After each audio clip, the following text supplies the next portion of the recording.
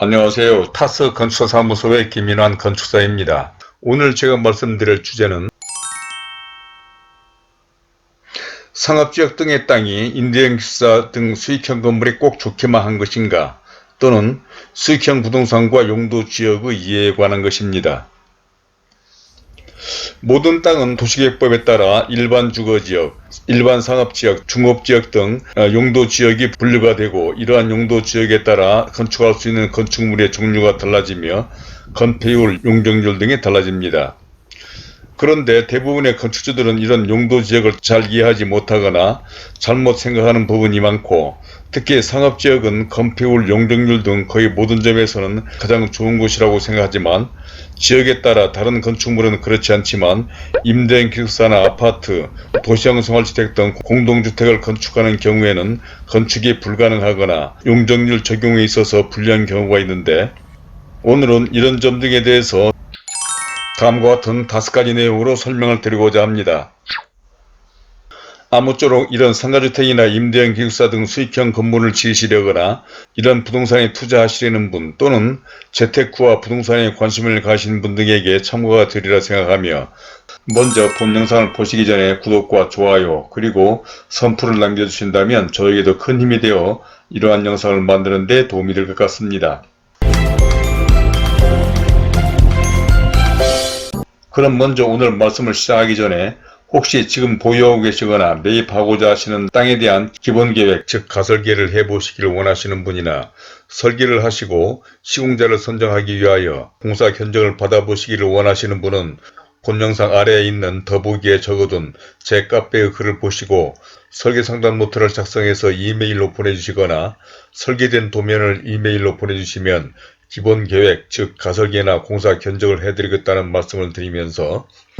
그러면 순서에 따라서 첫 번째로 도시계획법상의 용도지역에 관한 것인데, 상가주택이나 임대형 기숙사, 도시형 생활주택 등 수익형 부동산에 관심을 가지신 분들은 도시계획법에 의한 용도지역을 잘 이해하고 알아둘 필요가 있습니다.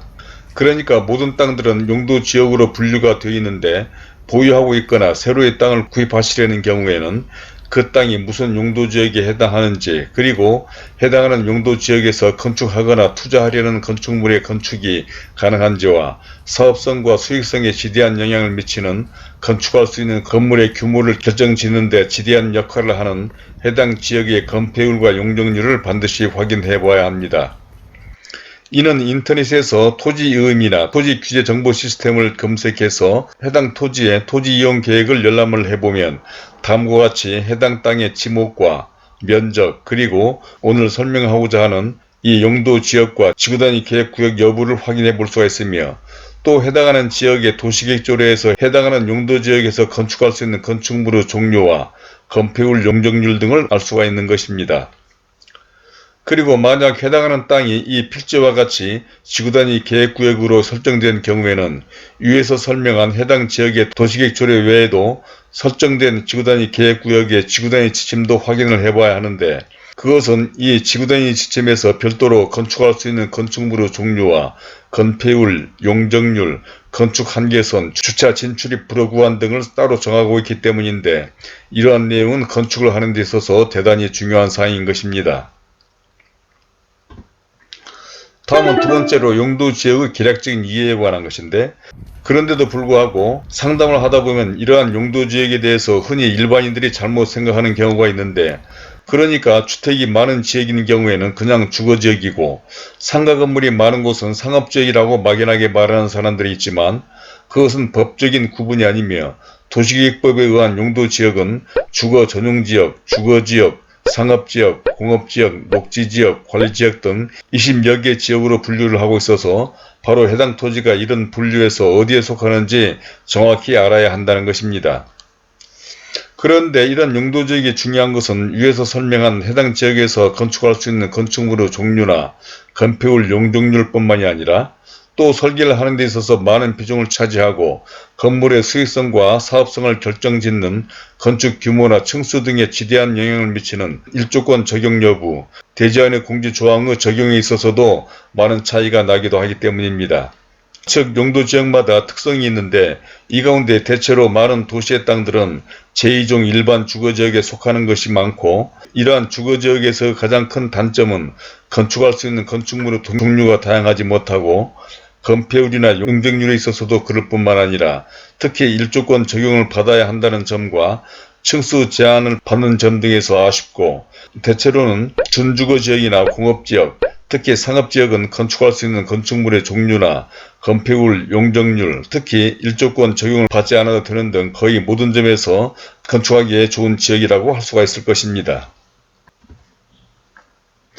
다음은 세 번째로 임대형 기숙사 등과 용도 지역에 관한 것인데, 그런데 최근 관심이 많아진 임대형 기숙사 등을 설계하다 보면 일반적으로 모든 점에서 가장 좋다고만 생각하는 상업지역에서 다소 아쉬운 점을 발견하게 됩니다. 그러니까 상업지역은 대체로 건축할 수 있는 건축물의 종류도 다양하고 특히 지역에 따라 건폐율, 용적률 등에 있어서 건폐율은 무려 70 내지 80%에 이르고 용적률은 700 내지 1300%까지 가능한 데다 일조권 적용을 받지 않는 등 토지 이용면에서 극히 탁월하다고 알려져 있지만, 유독 임대형 기숙사, 아파트, 도시형 생활주택 등 공동주택을 건축하는 데 있어서는 그렇지 못하기 때문입니다. 즉 서울 지방 등 거의 대부분의 지역은 이 상업지역에서는 임대형 기숙사나 아파트, 도시형 생활주택 등 공동주택의 건축이 불가능하다는 것으로, 다만 공동주택과 주거용 외의 용도가 복합된 건축물로 공동주택 부분의 면적이 연면적의 합계가 지역에 따라 80 내지 90% 미만인, 그러니까 상가 등 근린생활시설과 공동주택을 같이 짓는 주상복합 건물만 건축이 가능한 것입니다. 그런데 이런 경우 용적률 적용에 있어서도 불리한 점이 있는데, 이것도 지역에 따라 다르지만 예를 들자면 대전시의 중심 상업지역인 땅에서 주상복합 건물을 건축하는 경우 공동주택 연면적과 다른 용도 연면적의 비율에 따라 800%까지 용적률이 낮아질 수도 있다는 것인데, 주상복합 건물이 아닌 일반 건축물인 경우 용적률이 1300%까지 건축할 수 있다는 점을 생각한다면 대단히 아쉽게 된다는 것입니다. 즉 만약 대전시의 중심상업지역에서 임대형 기숙사의 연면적을 90%, 근린생활시설 면적을 10%까지 짓는 주상복합 건축물을 건축할 수는 있지만, 이 경우 건축할 수 있는 용적률은 이 지역의 용적률 1300%가 아닌 800%로 대폭 낮아진다는 것으로, 이는 상업지역에서 임대형 기숙사나 아파트, 도시형 생활주택 등을 설계해보지 않은 사람들은 잘 모를 수도 있는 것입니다. 다음은 네 번째로, 그렇다면 이런 상업지역에 있는 땅의 대안은 어떤 것인가에 관한 것인데, 이러한 사실은 서울이나 안양, 인천, 대전, 울산, 부산 등 여러 구성 상업지역 땅에 최근 당사에서 임대형 기숙사나 도시형 생활주택에 대한 계획과 설계를 해보면서 이러한 땅을 가진 건축주들과 아쉬워했던 점이었습니다. 그러니까 처음 이러한 사실을 설명 듣게 된 건축주들은 대체로 자신의 땅이 상업지역에 그 도시의 요지에 있는 아주 값비싼 땅이라고 여기다가 이러한 사실을 잘 이해하지 못할 정도였는데, 만약 임대형 기숙사와 유사한 오피스텔을 짓는 경우에는 부여된 용적률을 다 확보할 수가 있지만, 그렇지만 또 주차 설치 기준에 있어서는 임대형 기숙사와는 비교할 수 없을 만큼 불리하고 발코니 확장 혜택도 받을 수 없어서 사실 그동안 오피스텔 등으로는 사업성이 많지 않아서 주저하다가 임대형 기숙사가 나오면서 임대형 기숙사는 주차 설치 기준 등 여러 면에서 좋은 조건을 가졌다는 점 등을 기대했기 때문으로 사실 이러한 땅을 보유한 건축주들이 실망하는 것은 당연한 것일 겁니다.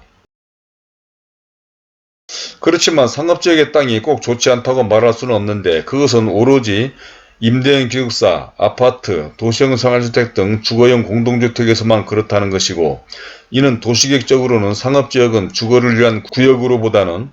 상업을 활성화하려는 의도로 상업지역에서 주거용 건축을 제한하려는 목적 같은데, 사실 요즘이나 앞으로도 1층 등 하층부에서야 상업용 용도가 좋을지 모르나 상층부의 경우에는 사무실이나 상가 등보다는 아파트나 오피스텔, 특히 이제는 임대인 기숙사가 수익성이나 사업성 면에서는 유리할 것 같은데, 이러한 경우 지역과 위치에 따라서는 아파트나 임대인 기숙사, 오피스텔 등이 아닌 수요가 괜찮은 지역인 경우에는 관광호텔 등을 대안으로 하는 것도 생각해 볼 만할 것입니다. 즉 일부 바닷가나 경치가 좋은 곳, 또한 대단히 공단과 연계된 지역이라면 용적률을 최대한 확보하면서 관광객이나 공단 지역으로 출장 또는 한 달 살이 등 장기 투숙자 등을 대상으로 임대사업을 할 수가 있으면서 관광진흥법에 의한 각종 융자나 지원 혜택이 있기 때문으로 어떤 건축주는 임대인 기숙사나 오피스텔의 대안으로 그 대지에 이러한 관광호텔을 건축하는 것을 고려하는 경우도 있기 때문입니다.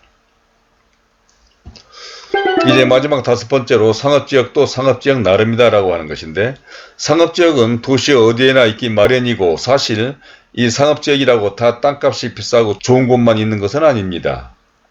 물론 상업지역은 역세권이나 상권이 좋은 요지에 있는 것이 대부분이고 대체로는 지역마다 다르기는 하지만 평당 수천만 원에서 억대 이상인 곳도 있기는 하지만 사실 임대인 기숙사나 도시형 생활주택 등 주거용 건물의 임대사업을 하는 데는 꼭 그런 곳이나 비싼 땅만을 생각할 필요는 없을 것입니다. 그러니까 땅값이 비싸다고 특히 원룸형 임대인 기숙사나 오피스텔, 도시형 생활주택 등 임대료가 땅값만큼 엄청나게 올려받을 수도 없는 상황에서 지나치게 값비싼 땅은 사업성 등 수지에는 맞지 않기 때문입니다.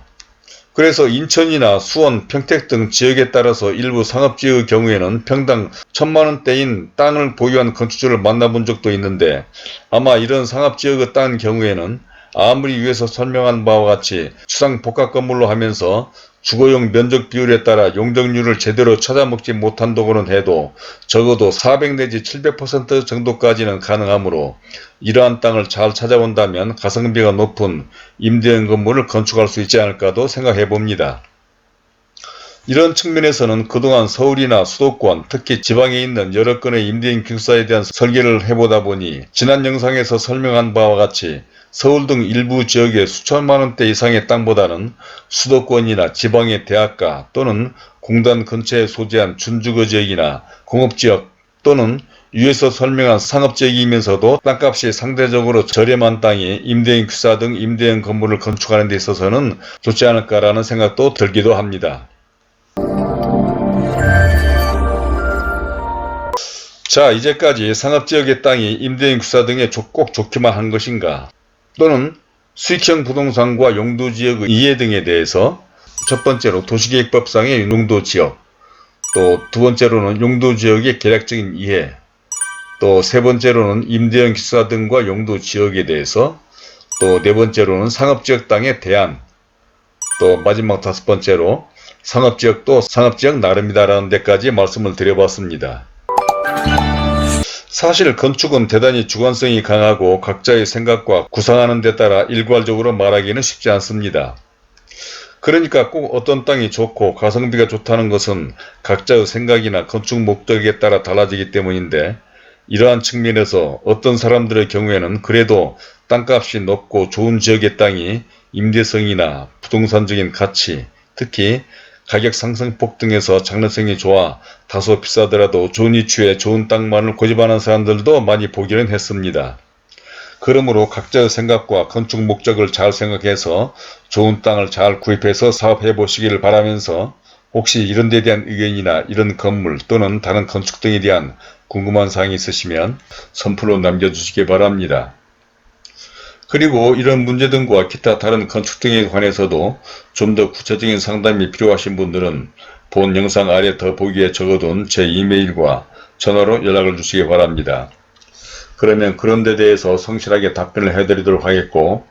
또한 위에서 말씀드린 것처럼 현재 소유하고 계신 필지에 대해서 본 영상 아래 더보기에 연결된 제 카페의 글을 보시고 설계상담 노트를 작성해 주시거나 설계된 도면을 보내주시는 분들에게는 기본계획 즉 가설계나 공사 견적을 해드리도록 하겠고, 구독과 좋아요를 눌러주신다면 본 채널에 관련된 다른 많은 참고 영상들을 보실 수도 있으며 화면 왼쪽에 제가 추천하는 이 영상들도 꼭 참고해 보시기를 바라면서 오늘은 이것으로 줄이도록 하겠습니다. 감사합니다.